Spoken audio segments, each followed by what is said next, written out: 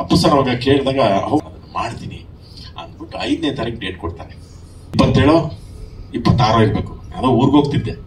26, ಹೌದು 26 ಶಿವಮೊಗ್ಗ ಹೋಗ್ತಿದ್ದೆ. ಫೋನ್ ಮಾಡಿದ್ರು. ಅಷ್ಟೊತ್ತಿಗೆ ಭರತ್ ಸರ್ಗೆ ನಿಜವಲ್ಲೂ ಅವ್ರಿಗೆ ಥ್ಯಾಂಕ್ಸ್ ಹೇಳ್ಬೇಕು. ಅವ್ರು ಒಪ್ಸಿ ಎಲ್ಲ ಹೇಳಿ ಇದು ಈ ಥರದೊಂದು ಇದೆ, ಅದು ನೀವೇ ಮಾಡಿ ಚೆನ್ನಾಗಿರುತ್ತೆ ಅಂತ. ಅಪ್ಪು ಸರ್ ಈ ಸಿನಿಮಾ ನೋಡಿದ್ದಾರೆ. ಅವ್ರ ಆಶೀರ್ವಾದ ನಿಜವಲ್ಲೂ ಫಸ್ಟ್ ನನಗೆ ಅದೇ ನೋಡಿದ್ದಾರೆ. ನೋಡಿ ನಮಗೆ ಸರ್ ನನಗೆ ಒಂದು ಸಣ್ಣ ಕನ್ಫ್ಯೂಷನ್ ಆಗಿದೆ. ಮಕ್ಕಳ ಸಿನಿಮಾನೋ ದೊಡ್ಡವ್ರ ಸಿನಿಮಾನೋ ಎಲ್ಲ ಮಿಕ್ಸ್ ಚೆನ್ನಾಗಿದೆ ಸರ್ ಇದು ಅಂತಂದ್ರೆ. ಆಮೇಲೆ ನನ್ಗೆ ನಂದು ಏನ್ ಹೇಳಿ ಅಂತಂದ್ರು, ಈ ಒಂದು ಶಿಕ್ಷಣದ್ದು ಎಲ್ಲರ ಮಕ್ಕಳೆಲ್ಲ ಕಲಿಬೇಕು, ಅದನ್ನ ಬಿಡಬೇಡಿ.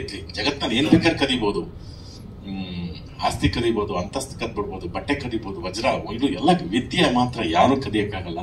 ಅಪ್ಪು ಸರ್ ಅವಾಗ ಕೇಳಿದಾಗ ಸರಿ ಆಯ್ತು, ನನ್ಗೆ ಭರತ್ ಅವರು ನನಗೆ ಕಳ್ಸಿಕೊಟ್ರು ಅಂತ ಹೇಳಿದ್ರು. ಭರತ್ ಸರ್ ಥ್ಯಾಂಕ್ ಯು ತುಂಬಾ ಥ್ಯಾಂಕ್ ಯು. ಯಾಕಂದ್ರೆ ಅವ್ರು ತುಂಬಾ ಇಷ್ಟಪಟ್ಟು ಆಯ್ತು ನಾನು ಅದನ್ನು ಮಾಡ್ತೀನಿ ಅಂದ್ಬಿಟ್ಟು 5ನೇ ತಾರೀಕು ಡೇಟ್ ಕೊಡ್ತಾರೆ.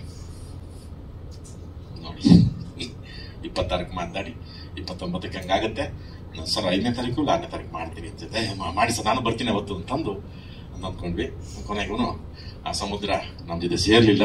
ಇನ್ನೊಂದು ಅದೇ ಅವ್ರ ಮನೆನೇ ಒಂಥರ ಸಮುದ್ರ ಅಲ್ವಾ, ಇನ್ನೊಂದು ಸಮುದ್ರ. ರಾಘಣ್ಣ ಅವರು ಪಾತ್ರ ಮತ್ತೆ ಚೇಂಜ್ ಮಾಡ್ಕೊಂಡ್ರು. ಯಾಕಂದ್ರೆ ರಾಘಣ್ಣ ಅವ್ರಿಗೆ ಮತ್ತೆ ಬೇರೆ ತರ ಏನೋ ಮಾಡ್ಬೇಕು ಅಂತ ಚೇಂಜ್ ಮಾಡ್ಕೊಂಡು ಹೇಳಿದ್ರು. ಇನ್ನೊಂದು ಸಮುದ್ರ ಸೇರ್ಕೊಂಡು ಅಥವಾ ಶಿವಣ್ಣ ಮಾಡ್ಬೇಕು ಅಂತಿದ್ರು. ಯಾವ್ದಾದ್ರು ಈ ರಂಗ ಸಮುದ್ರಕ್ಕೆ ಅದು ಸೇರ್ಕೊಂಡಿದ್ದು ನಮ್ಗೆ ಇನ್ನೂ ಬಹಳ ಖುಷಿ ಆಯ್ತು. ಸರ್ ನಿಜವಾಗ್ಲೂ ಒಳ್ಳೆ ಪ್ರಯತ್ನ ಮಾಡಿದ್ರಿ. ನನಗೆ ದೇವ್ರನ್ನ ಹೇಳ್ತೀನಿ ಕೇಳಿ, ಅವ್ರ ಕತೆ ಒಳದ್ಮೇಲೆ ನಿಂತೋಗುತ್ತೋ ಅಂತಿದ್ದು ನಾನು ಅವತ್ತೇ ಹೇಳಿದೆ. ಪಾಪ ಅವ್ರು ಏನೋ ಬಜೆಟ್ ಬಂದ್ ಮಾಡ್ತೀವಿ ಅಂತಂದ್ರು. ಇದಾಗಲ್ಲ, ಜನಪದ ಗಿನ್ಪದ ಅಂತ ಕೂತಿದ್ದೀರಾ, ಅದು ಅಷ್ಟು ಸುಮ್ನೆ. ಇವಾಗ ನೀವು ಮೊದಲೇ ಸರ್ಕಾರದ ಜಾಸ್ತಿ ಕೆಲಸ ಮಾಡಿದೀರಾ, ದಸರಾಕ್ ಬಂದ್ ಕಲಾವಿದ್ರಲ್ಲ. ಹಂಗಾಗಲ್ಲ ಅಂತ ಅದೇ ಹೇಳ್ದೆ. ಈ ದಸರಾಕ್ ಬರ್ತಾರಲ್ಲ ಈ ಜನಪದ ಕಲಾವಿದ್ರದ್ದು ಆದ್ರದೇ ಹೋಗ್ರಿ ಬತ್ತಿ ಹೋಗ್ರಿ ಹೋಗ್ರಿ ಅವ್ರು ಟಿಟಿ ಹತ್ಕೊಂಡು ಬಂದ್ಕೋಗಿರ್ತಾರೆ.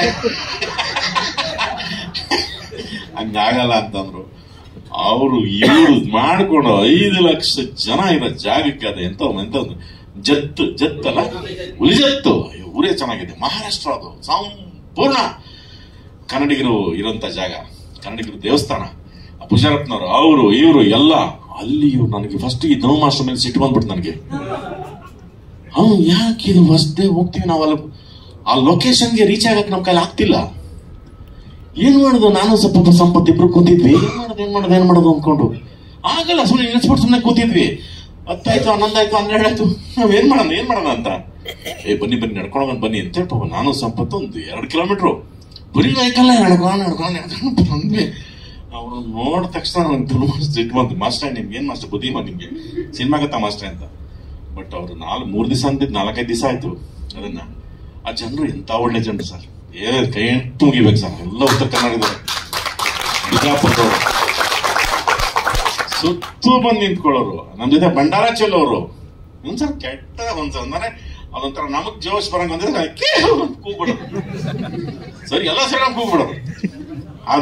ಅದೆಲ್ಲ ಹಾಗೆ ನಿಜವಾಗ್ಲೂ ಅವ್ರಿಗೆಲ್ಲರಿಗೂ ಆ ಬಿಜಾಪುರ ಅಜ್ಜತ್ನವ್ರಿಗೆ ಅದೆಲ್ಲರಿಗೂ ಕೈ ಮುಗಿಬೇಕು. ನಿಜವಾಗ್ಲೂ ಮಾಸ್ಟರ್ ನೀವು ರಿಯಲಿ ಗ್ರೇಟು.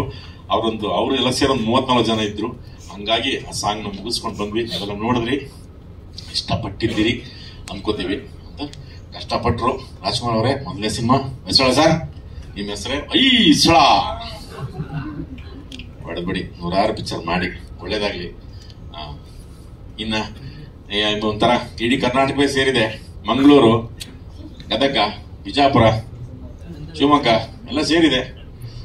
ಮಂಗಳೂರಿನ ನೋಡಿ, ಯಾವ್ದೋ ಮಂಗಳೂರು ಅಂತ ಮಂಗಳೂರೇ ಬಂತೆ. ರಾಮರ ವರಾಹ ರೂಪ ಅಂದ್ಬಿಟ್ಟು ನಮ್ಗೇನೋ ವರ್ಷದ ಕೊನೆಯಲ್ಲಿ ಒಂದು ಒಳ್ಳೆ ಸೂಚನೆ ಕೊಟ್ಟಿದ್ದಾರೆ ಪ್ರೇಕ್ಷಕರು, ಅಭಿಮಾನಿ ದೇವರುಗಳು ಥಿಯೇಟರ್ಗೆ ಬಂದಿದ್ದಾರೆ. ಹಂಗೆ ಮುಂದೆ OTT